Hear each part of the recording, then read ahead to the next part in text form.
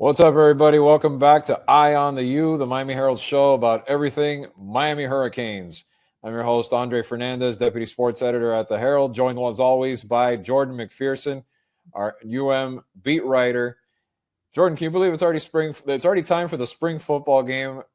I feel like the season just ended the other day, and it's already been like maybe a few weeks, but it's actually been a few months, and we're at that point. Spring game on tap. Canes about to play this. I mean, tell us a little bit about it. Just like what can we expect? I know, Carson Beck is not quite there yet, but what can we get from this spring game that Canes fans that are eager to get to the season, to get to the real stuff, can get from this? Yeah, definitely. So the spring game is going to be on Saturday. And like you said, yeah, it feels like everything flew by. It feels like spring practice just started like a week and a half ago. And here we are in week 6. But yeah, so spring game on Saturday, starting around 4 o'clock. Basically, they're going to split into 2 halves. The first half is going to be basically a traditional football game. They'll be tackling. They'll be going through everything as if it's normal game day. The second half of the practice spring game format is going to be more situational, doing some stuff, whether it's, okay, third down, red zone, what have you. It'll be more practice-centric, just getting everything situational reps in case they don't get to those in the first half of it so that they get them under their belt in a live setting. But like you said, Carson Beck won't be out there. It'll be the rest of the quarterback group that'll be leading the charge there between Luke Nickel, Emory Williams, Judd Anderson. They'll be the three main quarterbacks going through everything. But this will be just, again, the typical way to end up a spring practice session to just get everyone going, get everything as much of a live game setting under their belt. They only really had 2 scrimmages this spring, so this is going to be their final true sense of getting everything done before everybody breaks, before everything breaks for the rest of spring, and then they really won't pick back up until the end of July when everything starts up before the fall begins. Yeah, and then that's when you get the real deal. But what positions or what players specifically should people keep an eye on? As the spring has gone on, we've seen some glimpses as to who might be some of the new standouts for this team for the upcoming season. Some of the guys we already know that have been big playmakers have obviously had some big moments. But again, we're in that spring, scrimmagey setting that we can't totally see yet what's there. But who would you kind of keep an eye on if you were the Canes fan watching this on Saturday? Yeah, I mean, for me, the 2 main position groups are going to be going against each other, the receivers and the defensive backs. I mean, as we've talked about many times in the show since spring started, the receivers are basically going on a complete overhaul. Again, they lost their top 4 guys between Restrepo, Jacoby George, and Sam Brown going to the draft, and Isaiah Horton transferring. You've got basically an entire new cast of characters between the up-and-coming sophomores in JoJo Trader and Nikar, Ray Joseph, a junior who's competing for the slot spot, CJ Daniels, who transferred in from Liberty, and then just the freshmen between Josh Moore and Malachi Toney, both of whom have really impressed me and both look like they could have a big role early. Malachi Toney competing with Ray Joseph for a spot in the slot. Josh Moore looking like one of the guys who could get some reps as part of a second unit on the outside. They're going to be very intriguing to watch just because, again, it's an entirely new unit. And with the secondary, that's overhauled as well because of all the guys they brought in via transfer.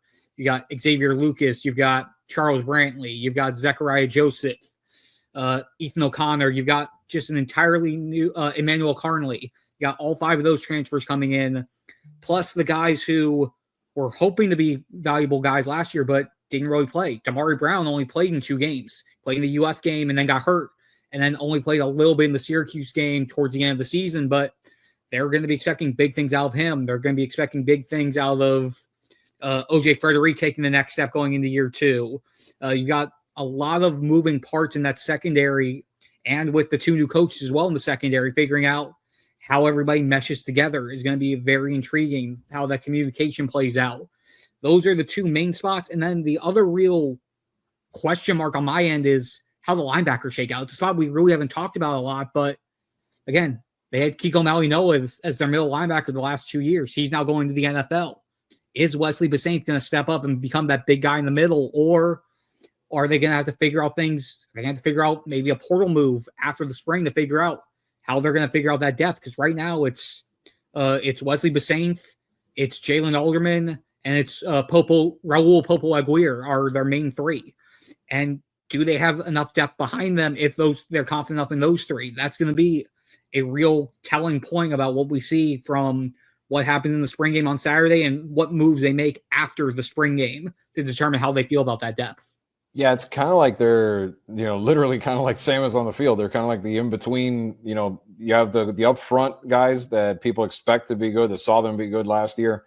And then the secondary, which was so lacking, and so all those playmakers you just said that they're hoping will step up. Another one, I don't know, I'm not sure if you mentioned, was I'm curious about Zaquan Patterson too. Is he where what kind of I see these guys before they get to UM, and I know I just remember how impressive he was to watch when he was at Chaminade, and I'm eagerly awaiting for him to finally get more and more of a role and more of an impact on that side of the ball too, and so. But going back to the linebackers, yeah, it's almost like the group that doesn't get talked about as much, but nonetheless very important if this defense is going to improve in 2025. Yeah, and I'll just go back. I'll touch on Zaquan really quick. He didn't practice for the majority of spring. He was dealing with an undisclosed injury. He got back onto the practice field. I think it was last Tuesday or Thursday was his first full practice. So I'll be interested to see how much they actually incorporate him into the spring game, just because, again, they're, especially with the spring right now, their main goal is get out healthy. Because they've been dealing, again, you have Carson Beck, who already we know isn't going to be doing anything on Saturday. A few other guys have been basically in between, whether it's just nicked up or them just trying to play it easy with players. But you want to make sure that you're as full go as possible once the fall starts. So if Zaquan doesn't do much on Saturday, it wouldn't be a surprise to me, just because of the fact that he only got limited reps so far this spring. And plus, there are so many other guys in that secondary that they're trying to figure out what they have in them. They know what they have in Zaquan. They know that if they need him to, they could probably have him in that starting role outside opposite Zachariah Johnson. I'm butchering names right now. Yeah, sorry. It's been a long day already, and so we record. But yeah, they know what they have in Zaquan. So if they end up letting other guys get some reps in that other safety spot, would not be surprising, just so that they can see what they have and start getting guys figured out in live settings. Yeah, and I'm curious too, on the same vein with on the offensive side. You mentioned Malachi Toney, and this kid, I remember how versatile he was. I mean, we all know the story of how he jumped in and played quarterback, led Heritage to the state title this past year.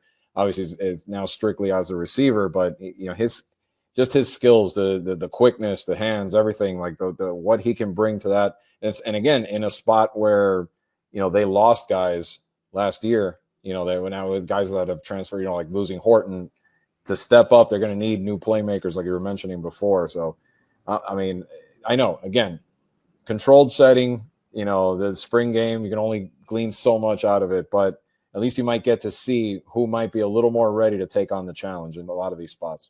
Yeah, completely agree, especially with a lot of the younger guys. It'll be their first true exposure to what this is going to be like. Malachi is, again, like you said, you saw him at Heritage. I got to see him at Heritage. He was fun to watch down there, especially. And also, just you have to remember with him, he moved up a year in classification. He technically is supposed to be finishing up his junior year, and he's already up at the college level now. So to see him already making an impact, even if it's just in practices, that says a lot in and of itself, just because he is a year younger already than most true freshmen are going to be. So if he's able to make an impact now, right out of the gate, it's going to be really good for the Hurricanes. But again, no matter what, they're going to need a lot of players in that receiver core to step up, just with a lot of that youth. I expect JoJo Trader, who, again, big name out of Chaminade. We got to see him early as well. Yeah. But he's the guy. Even before that, since he was a sophomore, I remember at Central, that state championship game where he just took over. I mean, he from a young age, this kid has been waiting for this. Yeah, no, he's been waiting for this. You can tell. We got to talk to him a couple weeks ago, and you could just sense the hunger that he has. That, again, he didn't really get many reps just because he was behind so many guys. But he knows it's his opportunity. He knows it's his time to step up, and he's embracing that chance to potentially be a number one receiver in this team. And that's nothing new for him. I mean, remember, behind Jeremiah, I'm not going to say behind, but playing with Jeremiah Smith. In his shadow, yes. Yeah, a lot. It became that, even though, no slight on him, but I think people would have noticed him even more had you not had future NFL receiver opposite him at Chaminade, and So, nothing new for JoJo, but at this point, this is his chance. This is his chance right now, and I think he's gonna run with it and do pretty well with it. Yeah, no, and I'm glad you brought up Jeremiah Smith because JoJo brought him up too, seeing all the success he has as a freshman at Ohio State during that run. He basically was like, yeah, that lights a fire under me. Why wouldn't it? I mean, he's my teammate. We were the 1-2 at Chaminade. He went on, had the great first year. I had to wait my time. Now I want to go out there and show that I can do the things that he did. And he's going to have that. He's going to have plenty of opportunities to do that this year. And Miami's going, so close to that. Would have been in Miami. It was between them and Ohio State, but Buckeyes won that battle. But hey, we'll see. Anyway, so looking ahead to not just this spring game, as Jordan said, we'll see what kind of comes out of it. Also, again, they're not going to show too much probably, but maybe tiny little glimpses again of kind of what the defensive side looks like now with Corey Heatherman in charge, right? Yeah, definitely. And for me, the defense, what I'm probably going to be looking at a lot more than the offense. Just to call it like it is. If Carson Beck's not in there, how much are we really going to know about the offense? Let's just call that like it is. It's not a slight on any of the other three quarterbacks, but if Carson Beck's your QB1 and he's not the one who's going to be throwing any of the passes, everything that we see from the offense on Saturday is probably going to have to be taken with a grain of salt. I mean, we can get a glimpse of the running backs, we can get a glimpse of the offense line, we can get a glimpse of who's standing out among the pass catchers, but Carson Beck is going to have his own style. He's going to have his own ways of how he wants to throw the ball. He's going to have his own way of how he wants the offense line to protect. He's going to have his own way of calling audibles. And until we see him in a live setting, it's going to be hard to truly know what we have from the offense. The defense, on the other hand, again, this is going to be a first chance to see Corey Heatherman's high intensity, high pressure, turnover intense or turnover priority defense. It's the first time we're going to get to see it live. I mean, we get to see practice, but we don't get to see anything 11 on 11. We see a lot of one-on-one drills or offensive line versus defense line, receivers versus DBs, but we never get to see any full setting drills in practice. This is going to be the first chance that us from the outside are going to get to see, even if it is just glimpses, even if it is a vanilla, watered-down version of what they're going to have when the season opens against Notre Dame at the end of August. It is still going to be a chance for us to at least get a chance to see what they try to do, what different ways they try to attack things, how free the defensive line is to just go out there and attack, and see what that means for the linebackers in the secondary. Whatever they do, it's going to give some tendency, some trends, and it's going to be interesting to see exactly how much they've picked it up over the span of 14 practices going into Saturday. You just said game against Notre Dame, and with this in my background and looking at the Orange Bowl, and I'm like, wow, that brings up it's still a few months away, but you're like, wow, that's a heck of an opener. And I know we've said it already, but that's a heck of an opener to start. And let's see how ready this team is to take on a team that was playing for the national title last year. But a long road to go before then. I know you wanted to talk a little bit real quick on a few specific players that have stood out in the spring. Yeah, so I'm going to start off with one of the true freshmen, Hayden Lowe, defensive lineman. He was a top guy in their last recruiting cycle, and basically ask anybody who's played with him so far, and basically you can pick your accolade. Basically from violent off the edge, basically the fact that he looks like he's ready to play from day one. Jason Taylor praised him from end to end when we talked to him a couple weeks back, and when you add a player like that, a high caliber, high ceiling freshman to a group of Ruben Bain, Akeem Mesidor on the outside, that adds an extra layer to that rotation on the edge, and also gives them another weapon for if they want to slide Akeem Mesidor inside on third down pass rush situations. Makes it where you have a situation where you could have Bain, Mesidor, Lowe, and then pick your other defensive tackle here that could just add to that pass rush situation. So Hayden Lowe is one that's impressed his teammates.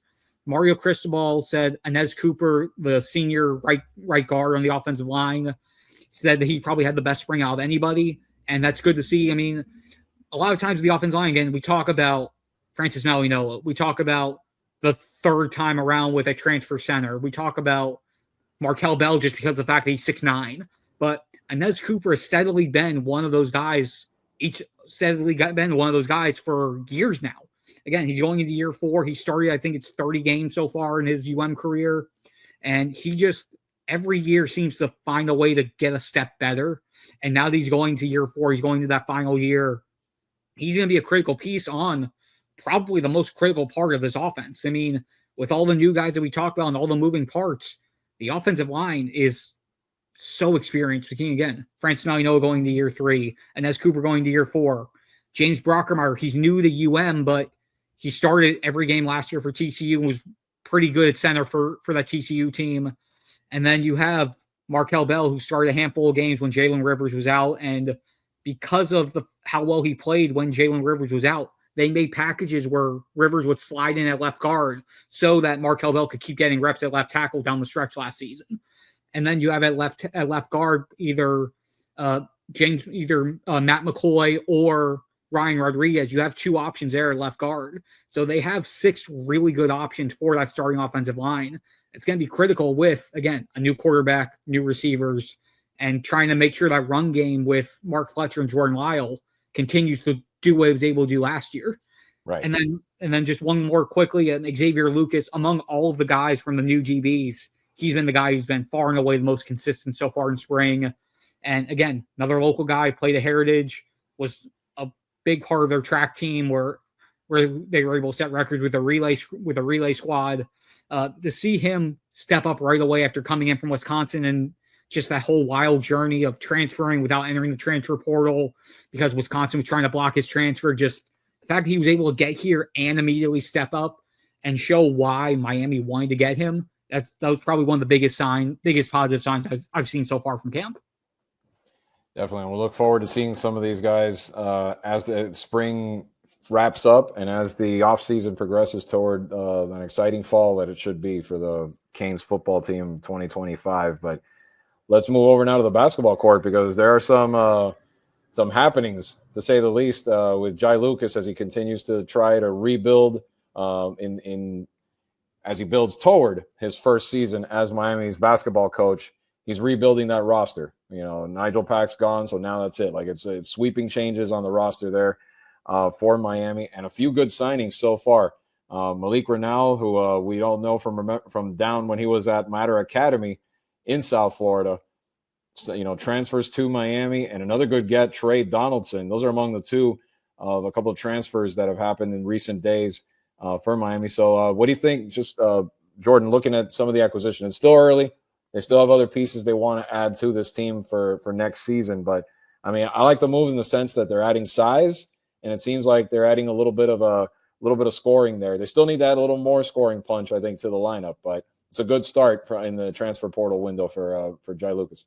Yeah, I completely agree. Between Malik Renault, Trey Donaldson, and also from TCU, 6'11" center Ernest Uday. So between Uday, who's 6'11", Malik Renault, that was the 6'9", size part. Yeah. And then Trey Donaldson, a guard, he averaged 11.3 points and 4.1 assists for Michigan last season and played at Auburn before that. Again, 3 really good core pieces to start this off. And like you said, there's still a lot of room to grow. There obviously a lot more players are going to have to get, especially since essentially the entire team from last season is not going to be here next year. So the fact that they're getting off on a strong foot is solid. And also another interesting tidbit with all 3 of these guys, all of them are Sunshine State guys. They're all Florida guys. Malik Renault, as we said, from down here. Trey Donaldson from Tallahassee. Ernest Uday from the Orlando area. So Jai Lucas is making a statement early that he's trying to keep in-state talent in-state, right, try to get them down here, which hasn't always been the thing over these last few years, but to be able to start doing that and try to make those inroads early, that's key. That's a pretty key sign here, right out of the gate from Jai Lucas. And guys that are coming in with some experience already playing in major conferences, whether it's Auburn, Michigan, Indiana, you name it, they've played big time basketball already. So that's good. That's good because you need to start to flip this thing from the depths that it sunk this past year, and now you're getting guys with experience. But I think the size factor is interesting because, when Miami got to the point a couple of years ago, they got to the Final Four. We remember that Norchad Omier gave them a big presence inside, but I think the one regret was always, at least for me, was God, if they had one more like him, like, one more big right there in the middle, and they probably could have gone, no pun intended, they could have really gone toe to toe with UConn at the time, which had that huge size in the middle in the paint. So the fact that they're getting guys like that, 6'11", 6'9", that's a good foundation. That's a good start for them. Now if they can add some more pieces in the backcourt, maybe form a pretty solid squad, they'll be in good shape. Yeah, and just to emphasize again the importance of that size, just to go back to what we saw in the national championship game on Monday with Florida beating Houston again. Oh yeah. And like Florida's guards were always the big story between Will Richard, Walter Clayton, and Elijah Martin, but they had troves of bigs between Alex Condon, Mike Cotton, Chendalou. They have the 7'9" walk-on who's not playing yet, but when he is ready to play in a couple years, they've got a 7'9" guy in the roster. But they had 3 to 4 steady guys that they could rotate in and be able to just harass in the paint. And that was big for them all season. They were one of the top teams in offensive rebounds. Obviously, they're great with up-tempo, and they were able to marry that defensive aggressiveness with the high-scoring, fast-paced offense that you kind of need in this game nowadays. So that's just one example, and obviously it worked out for the Gators this year. And if UM is able to model their game, model their roster building sort of around that, it'd be a good move to go with. Yeah, the tournament's always hard because there's a lot of unpredictables. We see upsets all the time, but I think the Gators this season were evidence that you can pretty much build a team. I mean, I remember, I think in private we talked months ago, and I said, like, this team looks like I didn't call it they'd win the title, but I said they look like a Final Four team. They look like a team that's built to at least have a shot at it, just from that combo of size. I felt like they had all the ingredients. They had a little bit of everything. So you can at least put yourself in that spot. And, they did it under Jim Larrañaga. They got close to it. I mean, they got the chance. They got to the Final Four. They just ran into an incredible UConn team that was on an amazing 2-year run at the time. But these days, with the portal, in a year or two, maybe 2 years on the conservative side, it can flip. It can flip real fast with the way it is. I mean, and so if it's done right, and I'm forgetting, I'm talking about all these guys' pedigree of where they came from. I mean, Duke, come on, Jai Lucas himself, coming from that system there, is a huge get for Miami as far as that goes. Yeah, no doubt about it. And again, Jai Lucas. He's a younger guy. He's in that new generation that's going to embrace the transfer portal and understands what it takes now in order to do this. Because again, like Jim Larrañaga said when he stepped down, it's just the fact that he's rebuilding a team every year when his real philosophy, his real way of coaching was basically having guys who were there from the start of their career, they're at the end of their career, and just building a team where continuity was so important and so key. You really don't have that luxury anymore in the college basketball landscape, because there's a lot between the one and dones and the transfer portal and NIL. There are always going to be even so many more moving parts than there already were. And you have to be able to adapt. You have to be able to adjust on the fly. And the fact that Jai Lucas is part of that younger group now, it feels like he's going to be more in tune with that style and just have that understanding of knowing that things are going to be changing quickly, and he's going to be able to learn in the moment how to be able to handle that. Definitely. So we'll be back next week for another edition of Eye on the U. We thank everybody for watching. As always, remember you can catch us on YouTube and at MiamiHerald.com if you go that route. But Jordan will be back with me next week to recap what happened in the spring football game, and we'll talk a little more about any other important movements going on either with the football team or the basketball team. Maybe we'll talk a